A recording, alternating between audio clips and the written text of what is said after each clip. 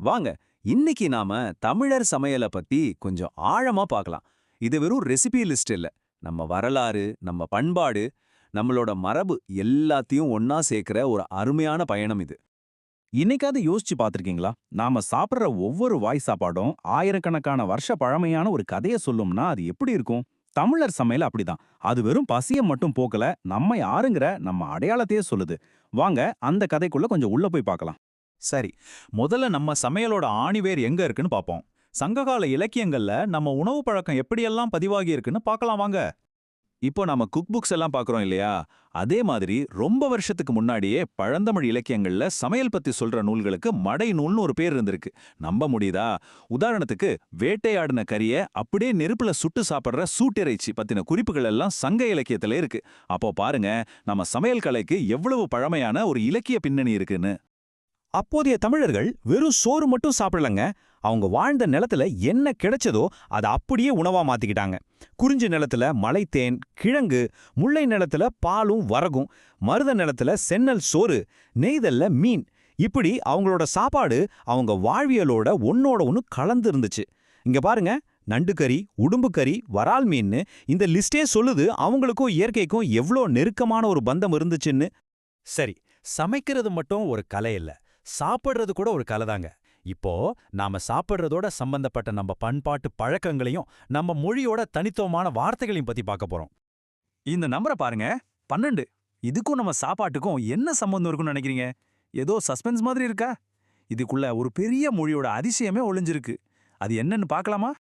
இதோ பாருங்க, சாப்பிடுறதுன்ற ஒரே ஒரு செயலுக்கு தமிழ் மொழியில இத்தனை விதமான வார்த்தைகள் இருக்கு. உண்ணல்னா பசியாறதுக்காக சாப்பிடுறது, அதே மாந்தல்னா வேக வேகமா அள்ளி போட்டுக்கிறது, துய்த்தல்னா நல்லா ரசிச்சு ருசிச்சு சாப்பிடுறது, இன்னும் சொல்ல போனா தேனை சுவைக்க நக்கல்னோ, மருந்து மாதிரி கொஞ்சம் கொஞ்சமா குடிக்க பருகல்னோ, ஒவ்வொரு சின்ன சின்ன விஷயத்துக்கும் ஒரு தனி வார்த்தை. இது உணவு மேல நமக்கு இருந்த ஆழமான புரிதலை காட்டுது. இப்போ நம்ம எல்லாருக்கும் ரொம்ப நல்லா தெரிஞ்ச நம்ம பண்பாட்டோட ஒரு முக்கியமான சின்னமான வாழை இலை விருந்த பத்தி பார்க்கலாம். இது வெறும் சாப்பாடு போடுற விஷயம் இல்ல, இது ஒரு கலைநயமிக்க ஒரு நிகழ்வு. வாழை இலையில சாப்பாடு பரிமாறுறதுக்குன்னு ஒரு முறை இருக்கு. சும்மா அப்படியே போட்டுற மாட்டாங்க. இலையோட நுனி நம்ம இடது பக்கமும் அகலமான பகுதி வலது பக்கமும் இருக்கணும். உப்பு, ஊறுகாய், ஸ்வீட் எல்லாம் இடது ஓரத்துல, ஏன்னா அதை கொஞ்சமா தான் எடுத்துக்குவோம். காய்கறி பொரியல் எல்லாம் வலது ஓரத்துல, அப்போதான் எடுத்து சாப்பிட வசதியா இருக்கும். பாத்தீங்களா, இதுல எவ்வளோ ஒரு அறிவியல், ஒரு தர்க்கம் இருக்குன்னு. இது ஒரு திட்டமிட்ட விருந்தோம்பல். வாழை இலையோட இன்னொரு ஸ்பெஷாலிட்டி என்ன தெரியுமா? அது வெறும் பிளேட் கிடையாது. சூடா சோத்து இலையில வைக்கும்போது அந்த இலையிலிருந்து ஒரு மெல்லிய மனம் வரும் பாருங்க. ஆஹா, அது சாப்பாட்டோட சுவையை இன்னும் பல மடங்கு கூட்டி கொடுக்கும். இது நம்மள இயற்கையோட இணைக்கிற ஒரு அருமையான அனுபவம். அடுத்து, தமிழர் சமையல்னா எல்லாம் ஒண்ணுன்னு நினைச்சிடக்கூடாது. அதுல ஏகப்பட்ட வகைகள் இருக்கு. ஒவ்வொரு பகுதிக்கும் தகுந்த மாதிரி அதோட சுவையும் முறையும் எப்படி மாறுதுன்னு இப்ப பார்க்கலாம். உதாரணத்துக்கு பாருங்களேன், செட்டிநாடு சமையல் எடுத்துக்கிட்டீங்கன்னா அதோட கார சாரமான மனம் தூக்கலான மசாலாக்களுக்கு ரொம்ப பிரபலம். அதே சமயம் ஈழத்தமிழ் சமையல் பார்த்தீங்கன்னா தேங்காயை அதிகமா பயன்படுத்தி முற்றிலும் ஒரு வித்தியாசமான சுவையை கொடுக்கும். அவங்களோட ஒடியல் கூழ் எல்லாம் பசிக்கு சாப்பாடு மட்டும் இல்ல, அது அவங்களோட பண்பாட்டு அடையாளம். பாருங்க, ஒரே தமிழர் சமையல் தான், ஆனா இடத்துக்கு இடம் எவ்வளவு வித்தியாசம். சரி, இவ்வளவு பெரிய பாரம்பரியம், இவ்வளவு பெருமையெல்லாம் இருக்கு. ஆனா நம்ம சமையல் இன்னைக்கு எப்படி இருக்கு? நம்ம அன்றாட உணவு பழக்கமும் நாம இப்ப சந்திச்சுக்கிட்டு இருக்கிற ஒரு முக்கியமான சவாவையும் பத்தி பார்ப்போம். பொதுவா நம்மள பலரோட ஒரு நாள் சாப்பாட்டு முறை இப்படிதான் இருக்கு இல்லையா? காலையில இட்லி, தோசை மாதிரி டிஃபன், மதியம் நல்லா வயிறார ஒரு சாப்பாடு, ராத்திரிக்கு கொஞ்சம் இலகுமான உணவு.